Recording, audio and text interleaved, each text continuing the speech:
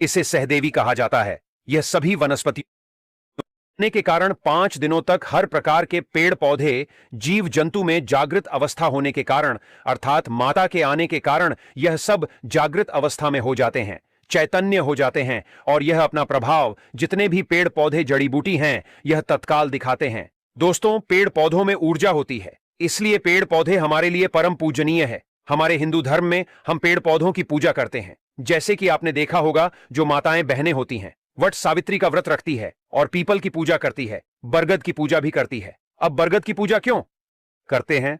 क्योंकि हमारे पुराणों में पेड़ पौधों को अध्यात्म का देवता कहा गया है। पेड़ पौधों में देवी देवताओं के अंश बसते हैं, देवी देवताओं के प्राण बसते हैं, इसलिए हमें पेड़ पौधों की पूजा करनी चाहिए। देखिए, जो पेड़ पौधे हैं हमें मुफ्त में प्राणवायु प्रदान करते हैं। पेड़ पौधों से यह सारे चराचर, जितने भी सारी दुनिया चल रही है, कैसे चल रही है, जैसे कि समय में बारिश का होना, वातावरण को संतुलन बनाए रखना, यह सब पेड़ पौधों के कारण ही हो पा रहा है। तो धनतेरस के समय में, रात के समय में ऐसा कौन सा पौधा है जिसे उखाड़ करके लाना है, जिससे आपकी गरीबी तत्काल मिटेगी? मैं आप लोगों को जबरदस्त चमत्कारी पौधे के बारे में बताऊंगा।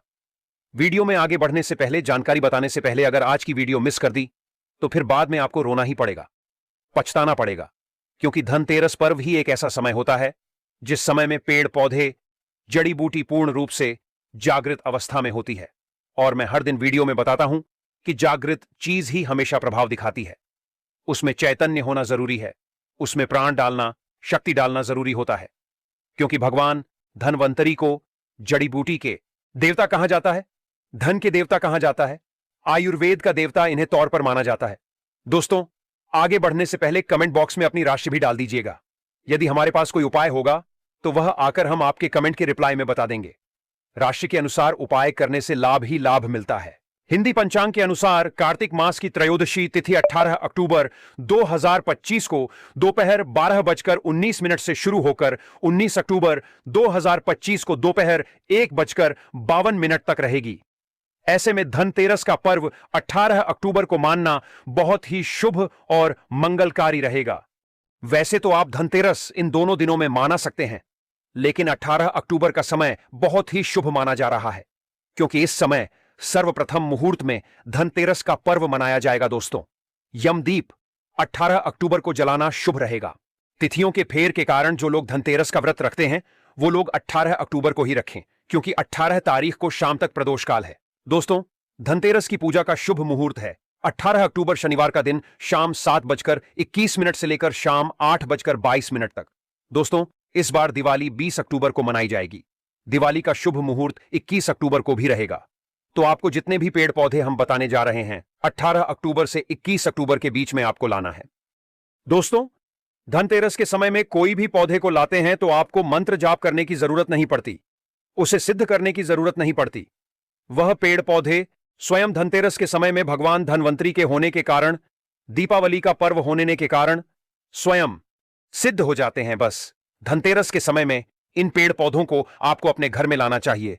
तो कौन से ऐसे पौधे हैं जिस पौधे को घर में लाने से व्यक्ति की गरीबी मिटती है, दुर्भाग्य दूर होता है? इस वीडियो में मैं आप लोगों को सारी जानकारी विस्तार से बताऊंगा। अगर आप भी माता लक्ष्मी के सच्चे भक्त हैं तो वीडियो को लाइक कर चैनल को सब्सक्राइब जरूर करना, कमेंट बॉक्स में जय माता दी जरूर लिखना। आइए इस वीडियो में जानते हैं कौन से पौधे को हमें धनतेरस के समय में लाना चाहिए। प्रथम पौधा है सहदेवी। अभी मैं आप लोगों को सहदेवी की जानकारी बता रहा हूं, ध्यान से सुनना। देखिए, सहदेवी जो है, अगर आपको किसी भी प्रकार की, जैसे कि दैहिक, दैविक और शारीरिक किसी भी प्रकार का कष्ट है, आप चाहते हैं इसे तत्काल दूर करना, तो रामबाण से भी अमोघ यह तीव्र रूप से काम करता है। सहदेवी का पौधा दैहिक, दैविक और भौतिक यह सभी प्रकार के कष्टों को तत्काल दूर करती है। तंत्र शक्ति एवं ध्यान से सुनना, तंत्र शक्ति एवं भौतिक सुखों को प्रदान करने के कारण इस पौधे का नाम देवी पद से प्राप्त मिला है। इसे सहदेवी कहा जाता है। यह सभी वनस्पतियों की देवी है, मां है, इसलिए इस पौधे को सहदेवी कहा जाता है। अगर आपको समझ में नहीं आ रहा है सहदेवी का पौधा कैसा होता है, तो इस प्रकार से हमारी वीडियो में देख लीजिए। इसी को कहते हैं सहदेवी का पौधा। अगर आप गांव में रहते हैं तो बहुत ही आसानी से यह पौधे देखने को मिल जाते हैं। शहर में रहते हैं तो कई जगह जो बंजर जमीन रहती है, जहां पर खेती वगैरह नहीं होती, वहां पर यह पौधे बिना उगाए ही उग जाते हैं। धनतेरस में आप कहीं भी ग्रामीण इलाकों में रहते हैं, खेती खलियानी में चले जाइए, या फिर जो नहर वगैरह होती है, या फिर जो नदी के किनारे, वहां पर यह पौधे बहुत ही आसानी से मिल जाते हैं। शहर में रहते हैं तो फिर भी ये ढूंढने से मिल जाते हैं, नदियों के तट पर भी बिना उगाए ही उगे होते हैं। तो आइए मैं आप लोगों को इसके लाने के फायदे बताना चाहूंगा और इसे कितने टाइम लाना चाहिए यह भी मैं आप लोगों को बताऊंगा। तो देखिए, हमारे धर्मशास्त्र कहते हैं तुलसी के साथ गमले में इस पौधे को लगाने से बगल में तुलसी का पौधा लगाइए और तुलसी के बगल में गमले के साथ में इस पौधे को लगाइए।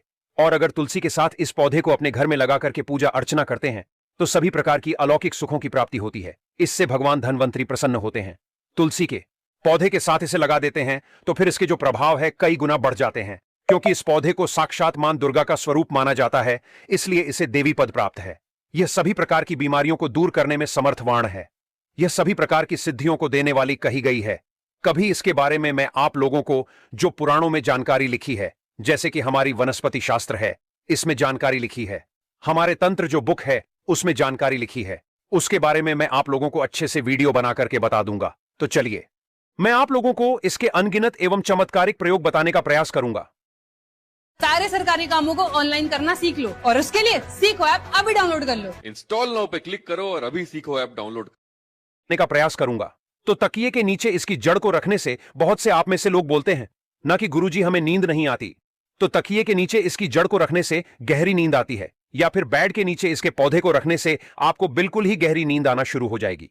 अनिद्रा की बीमारी को दूर करने का यह रामबाण पौधा है। इसे हाथ में रख करके कोई भी मंत्र जपते हैं तो जल्दी सिद्धि की प्राप्ति होती है। यहां तक कि भूत भविष्य वर्तमान तक की सिद्धि आप इससे प्राप्त कर सकते हैं, वो भी मंत्रों के माध्यम से। दोस्तों, इसकी जड़ का तिलक लगाने से यह हमारे शरीर में सम्मोहन शक्ति को बढ़ाता है। अगर आप किसी का वशीकरण करना चाहते हैं, अगर आप कोई बड़े पद पर है, आप चाहते हैं कि सब लोग आपको देख करके मोहित हो जाएं, या फिर आप प्रवचन करते हैं, आप चाहते हैं कि आपकी बात हर कोई सुने, तो इसका तिलक लगा करके आप जो है सभा में जाइए। सभी लोग आपकी तरफ मोहित हो जाएंगे, आप ही को देखेंगे, आपकी बात को मानेंगे, यानी आपके बंधन में बंध जाएंगे। हमारे धर्मशास्त्र कहते हैं, कौन से धर्मशास्त्र कहते हैं, जैसे कि वनस्पति शास्त्र है, इसमें लिखा है कमर में बांध करके, अगर इसे कमर में बांध लिया जाए, लाल कलर के कपड़े में लपेट करके और संपन्न बनाया जाए तो यह विजय का स्तंभन करता है। तिजोरी में इसको रखने से धन की बढ़ोतरी होती है। कैसा भी कंगाल घर हो, अगर तिजोरी में इसकी जड़ को रखा जाए तो धन दौलत से परिपूर्ण बन जाते हैं। और आप सभी दर्शकों को बताना चाहूंगा, इस पौधे को घर में लगाने से तंत्र मंत्र शक्ति नहीं लगती, इसकी जड़ मुख में रखने से अदृश्य शक्ति दिखाई देती है। आप में से अधिकतर लोग बोलते हैं ना कि गुरुजी हमें अदृश्य शक्ति देखना है, हमें अदृश्य शक्ति किस प्रकार से दिखाई देगी। अदृश्य शक्ति में जैसे कि अलौकिक शक्ति में देवी देवता भूत प्रेत पिशाच निशाचर कई, यह जो शक्तियां हैं जो हम अपने नग्न आंखों से नहीं देख सकते, ये शक्तियां दिखाई देने लगती हैं। तो अगर आप अलौकिक शक्ति के दर्शन करना चाहते हैं, जैसे कि देवी है, देवता है, गांव में रहते हैं, तो जो ग्रामीण के देवी देवता हैं शहर में रहते हैं, तो वहां पर उपस्थित जो भी भैरव है, देवी देवता है, तो उनके दर्शन प्राप्त करना चाहते हैं, तो इसकी जड़ को मुख में रखने से अदृश्य शक्ति दिखाई देने लगती है। और मैं एक मंत्र बताऊंगा, उस मंत्र को कल की वीडियो में बताऊंगा। उस मंत्र से एक मंत्र आपको जाप करना होता है, इसकी जड़ को मुख में रखना होता है, तो अदृश्य शक्ति प्रकट होती है, और जो भी आप बोलेंगे वह अदृश्य शक्ति आपको सामग्री ला करके देती है।